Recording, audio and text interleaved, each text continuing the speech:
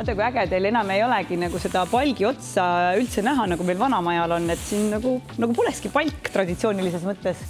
Ja, see on nüüd jälle selline uuenduslik lahendus, me nimetame seda nullnurgaks.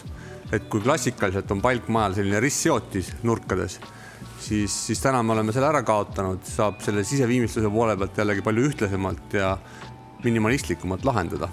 Et siia läheb väikene delikaatne nurgaliist peale ja nii ta ongi.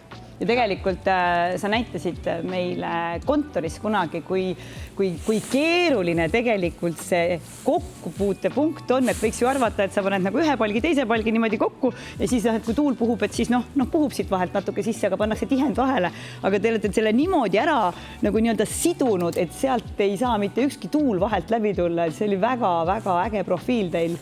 Ja, hästi visualiseeritud tegelikult, et tõesti see nurgatapp on hästi-hästi õhutihe ja toimib väga hästi just ka soojapidavuse mõttes. Jällegi oluline edasiarendus selle mitte vajuva palgiprofiili puhul.